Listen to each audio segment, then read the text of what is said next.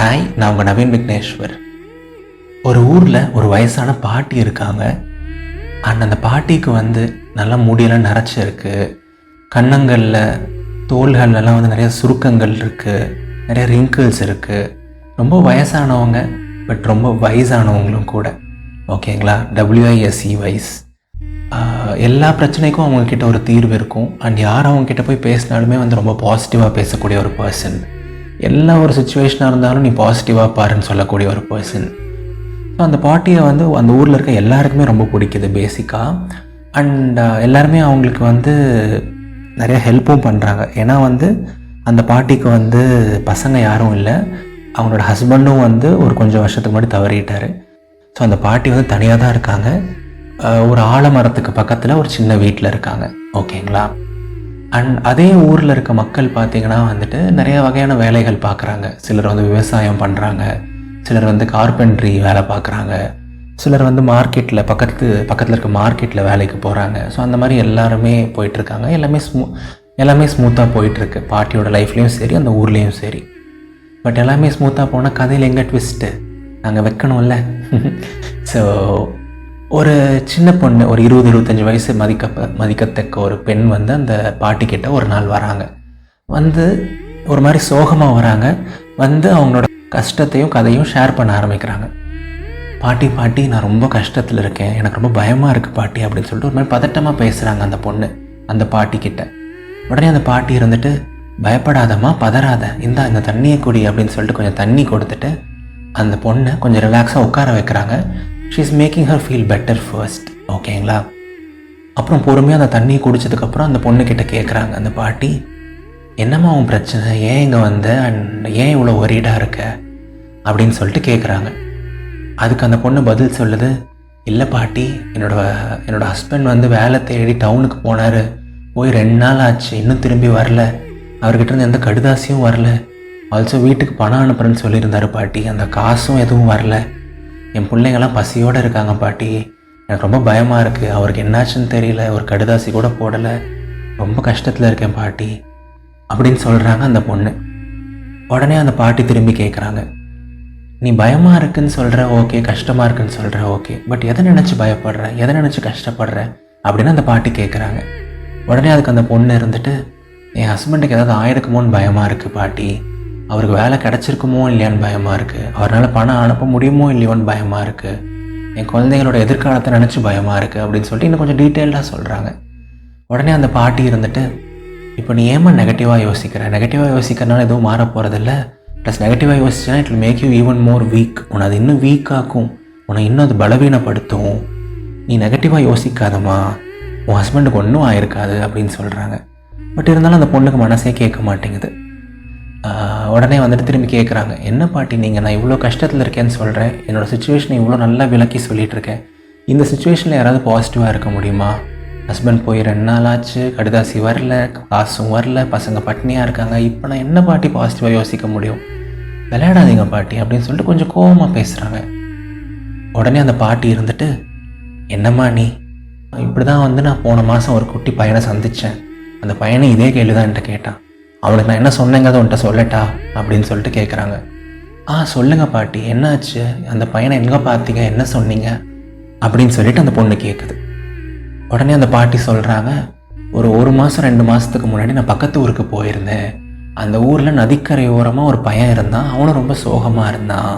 அவன்கிட்ட போய் நான் என்னடா அப்படின்னு கேட்டப்போ அவன் சொன்னான், பாட்டி எனக்கு இந்த மாதிரி யாருமே இல்லை, நான் ஒரு அனாதை, எனக்கு ஒழுங்காக உடுத்த துணி கூட கிடையாது, இங்கே பாருங்கள் என்னோடய ட்ரெஸ் எல்லாம் எவ்வளோ ஓட்டையாக இருக்குன்னு சொல்லிட்டு, வேலையானால் எனக்கு கரெக்டாக சாப்பாடு கொடுக்க கூட யாரும் இல்லை, எனக்குன்னு யாருமே இல்லை பாட்டி, இந்த உலகத்தில் இருக்க யாருமே எனக்கு ஹெல்ப்பும் பண்ண மாட்டாங்க, என்னடா உலகம், எது பேசாமல் செத்துடலாம் போல இருக்க பாட்டி அப்படின்னு அவன் சொன்னான். அதுக்கு நான் என்ன சொன்னேன்னு தெரியுமா? இங்கே பாரு தம்பி, நீ ஏன் உனக்கு யாரும் இல்லைன்னு நினைக்கிற, இதான் இந்த மரம் உனக்காக தான் இருக்குது, இந்த சூரியன் உனக்காக தான் இருக்குது, இங்கே பறந்துட்டு இருக்க பறவைகள் உனக்காக தான் இருக்குது, நான் உனக்காக தான் இருக்கேன், இந்த நதி உனக்காக தான் இருக்குது, நீ ஏன் தனியாக இருக்க மாதிரி உணர்ற? இந்த உலகத்தில் இருக்க எல்லாத்துக்கிட்டேயும் ஒரு உயிர் இருக்குது, எல்லாத்துக்கிட்டேயும் ஒரு பண்பு இருக்குது, ஒரு அன்பு இருக்குது, அதில் இருக்க பாசிட்டிவ் திங்ஸை பாரு, அதில் இருக்க அன்பை பாரு. இந்த மரத்துக்கடியிலே நீ ஒரு அழகான குட்டி வீடு கட்டலாம், இந்த நதிக்கரை ஓரத்துலேயே நீ தங்கலாம், இந்த நதியோட நீரையே நீ பருகலாம், இந்த நதியிலேயே நீ மீன் பிடிக்கலாம், ஒரு நல்ல உடை நான் உனக்கு வாங்கித்தரேன், அப்படியே கொஞ்சம் கொஞ்சமாக மக்கள் கூட பழகு, லைஃப்பும் பெட்டர் ஆகும் அப்படின்னு நான் சொன்னேன். அதுக்கேற்ற மாதிரியே அவன் கொஞ்ச நாளில் வந்து பாசிட்டிவாக யோசிக்க ஆரம்பித்தான். அண்ட் அதுக்கேற்ற மாதிரியே ஒரு வீடு அமைச்சிக்கிட்டான். அந்த நதிக்கரை ஓரமாகவே அவன் சந்தோஷமாக வாழ ஆரம்பிச்சிட்டான். இப்போ அவனோட லைஃப்பும் பெட்டராக இருக்குது, அவனை சுற்றி எல்லாமே நல்லதாக நடக்குது. அண்ட் இந்த ஊரும் அவனை ஏற்றுக்குச்சு. பட் அவன் பண்ண ஒரே ஒரு விஷயம் பாசிட்டிவாக யோசித்தது, பக்கத்தில் இருக்க எல்லா விஷயத்தையும் பாசிட்டிவாக எடுத்துக்கிட்டது, எல்லாத்தையும் வந்துட்டு ஒரு நல்ல கண்ணோட்டத்தில் பார்த்தது. அதே தான் இப்போ நான் உனக்கும் சொல்கிறேன். அஃப்கோர்ஸ் உன்னோட சுச்சுவேஷன் வந்து இப்போ கொஞ்சம் டஃப் தான், உனக்கு நீ இப்போ இருக்க நிலைமை வந்து கொஞ்சம் சாதகமாக இல்லை தான். பட் அதை நீ நெகட்டிவாக பார்க்காத, முடிஞ்ச அளவுக்கு பாசிட்டிவாக பாரு, எல்லாமே உனக்கும் பாசிட்டிவாக நடக்கும்மா அப்படின்னு சொல்லிட்டு அந்த பாட்டி அந்த சின்ன பொண்ணுக்கு அறிவுரை சொல்லி அனுப்புகிறாங்க. அண்ட் அந்த பொண்ணு வந்து ஒரு சின்ன உத்வேகத்தோட, ஒரு சின்ன நம்பிக்கையோடு திரும்பி வீட்டுக்கு போகுது. என் ஹஸ்பண்டுக்கு ஒன்றும் ஆயிருக்காது அப்படின்னு நம்புது. ஒவ்வொரு நாளும் திரும்பி எந்திரிக்கும் போது ஒரு புது உத்வேகத்தோட இந்த நாள் இனிமையான நாளாக இருக்க போகுது, இந்த நாள் குட்டாக இருக்க போகுதுங்கிற ஒரு நம்பிக்கையில் எழுந்தது. என் குழந்தைங்களுக்கு நான் எப்படியும் சாப்பாடு ஊட்டிடுவேன், நான் ஏதாவது ஒரு சின்ன வேலையாவது கண்டுபிடிச்சிடுவேன், பக்கத்தில் இருக்க வீட்டுக்கு நான் வேலைக்கு போவேன் அப்படின்னு சொல்லிட்டு பாசிட்டிவாக யோசிக்குது. அதுக்கேற்ற மாதிரி எல்லாமே பாசிட்டிவாக நடக்கவும் ஆரம்பிக்குது கொஞ்சம் கொஞ்சமாக. அஃப்கோர்ஸ் எதுவுமே ஒரே நாளில் மாறிடலை, but great things take time இல்லைங்களா, சம்டைம்ஸ் மேஜிக் டஸ் ஹேப்பன் இல்லைங்களா. ஸோ கொஞ்சம் கொஞ்சமாக வந்து அந்த பொண்ணோட லைஃப்லேயும் நிறைய நல்ல விஷயங்கள் நடக்குது. அவளுக்கு ஒரு வேலை கிடைக்குது, அவள் ரொம்ப ஹாப்பி ஆகிறா, தன்னோட குழந்தைங்க நல்லா சாப்பிடுது. அண்ட் மோஸ்ட் இம்பார்ட்டண்ட்லி ஒரு வாரம் 2 வாரம் கழித்து தன்னோட ஹஸ்பண்ட் கிட்டேருந்து லெட்டரும் வருது. இங்கே பாருமா, நான் பக்கத்து டவுனில் தான் இருக்கிறேன், எனக்கு நல்ல வேலை இங்கே கிடச்சிருக்கு, சாரி என்னால் உடனே உனக்கு கடிதாசி போட முடியல, உனக்கு தேவையான பணமும் அனுப்பியிருக்கேன் பாரு இந்த லெட்டரோடையே சேர்த்து, நான் அடுத்த வாரம் உன்னை பார்க்க வரேன்னு சொல்லிட்டு ஹஸ்பண்டும் லெட்டர் போட்டிருக்காரு. இதுக்கு மேலே என்னங்க வேணும், இதுக்கு மேலே என்ன வேணும்? அந்த பொண்ணு பெருசாக எதையும் மாற்றிக்கல. இன்ஃபேக்ட் நெகட்டிவாக இருக்க டைமில் வந்துட்டு அப்படியே வந்துட்டு ஒரு ஸ்டீல் மாதிரி ஒரு புக்கிஷ் வேல்யூ ஃபாலோ பண்ணி பாசிட்டிவாக யோசின்னு கூட அந்த பொண்ணு பண்ணலை. கொஞ்சம் கொஞ்சமாக பாசிட்டிவாக யோசிக்க ஆரம்பிச்சது. கொஞ்சம் கொஞ்சமாக அந்த பாட்டி சொன்ன கேட்டுட்டு கொஞ்சம் பாசிட்டிவ் ரீஅஃபர்மேஷன்ஸ் பண்ண ஆரம்பிச்சது. பாசிட்டிவாக நடக்கும்னு நம்ப ஆரம்பிச்சது. அதுக்கேற்ற மாதிரி அதோட மைண்ட் செட் மாறிச்சு. நம்ம மைண்ட் செட்டுக்கு ஏற்ற மாதிரி தான் நம்ம உலகத்தை பார்க்குற விதமும். நம்மளோட கண்ணாடி அழுக்காக இருந்தால் நம்ம பார்க்குற எல்லாமே வந்து அழுக்காக தான் தெரியும், அசிங்கமாக தான் தெரியும். முதல்ல கண்ணாடியை துடைக்கணும். ஸோ ஒரு நல்ல மைண்ட் செட்டில் இருக்க அவனுக்கு ஒரு தப்பான விஷயம் நடந்தால் கூட இது டெம்பரரின்னு நம்ம யோசிப்பான். ஒரு பேடான மைண்ட் செட்டில் இருக்கவனுக்கு நல்ல விஷயம் நடந்தாலும் அது டெம்பரரின்னு தான் அவன் யோசிப்பான். ஐயோ நீ நிறையா சிரிச்சிட்டோம், என்ன கஷ்டம் வரப்போது தான் யோசிப்பான். So it's all about mindset and positive thinking இல்லைங்களா. ஸோ அந்த பொண்ணு மாதிரி தான் நாமளும், அந்த பாட்டி சொன்ன கதையில் இருந்த அந்த பையன் மாதிரி தான் நாமளும் சம்டைம்ஸ் நடந்துக்கிறோம்.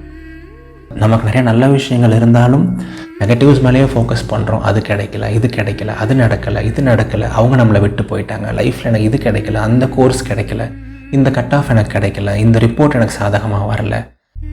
எதுக்குங்க, எதுக்கு? எவ்வளோ பாசிட்டிவான திங்ஸ் இருக்குது, எவ்வளோ அழகான திங்ஸ் இருக்குது.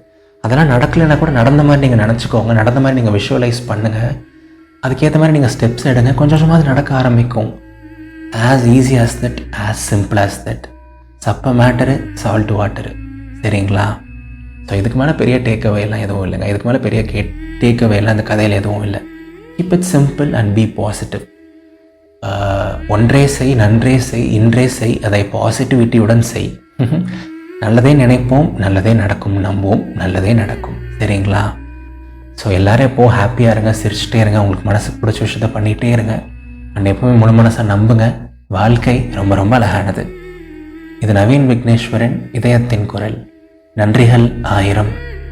இந்த கதை உங்களுக்கு பிடிச்சிருந்தா ஆர் இந்த பாட்காஸ்ட் உங்களுக்கு பிடிச்சிருந்தா ப்ளீஸ் உங்கள் ஃப்ரெண்ட்ஸ்க்கும் ஷேர் பண்ணி சப்போர்ட் பண்ணுங்கள். இப்படி ஒரு பாட்காஸ்ட் இருக்குது, இது கேட்டால் பெட்டராக இருக்கும்னு சொல்லிட்டு ஜஸ்ட் ஸ்ப்ரெட் த வேர்ட். இந்த மாதிரி ஒரு 5-10 பேர் பண்ணிங்கன்னா கூட எனக்கு ஒரு புதுசாக ஒரு 50 லிசனர்ஸ் கிடைப்பாங்க. எனக்கு ரொம்ப ஹெல்ப்ஃபுல்லாக இருக்கும்.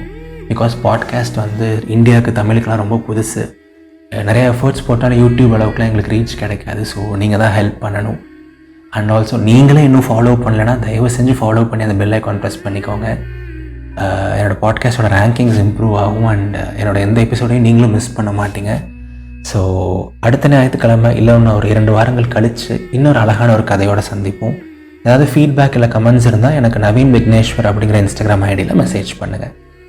டாட்டா, பாய்.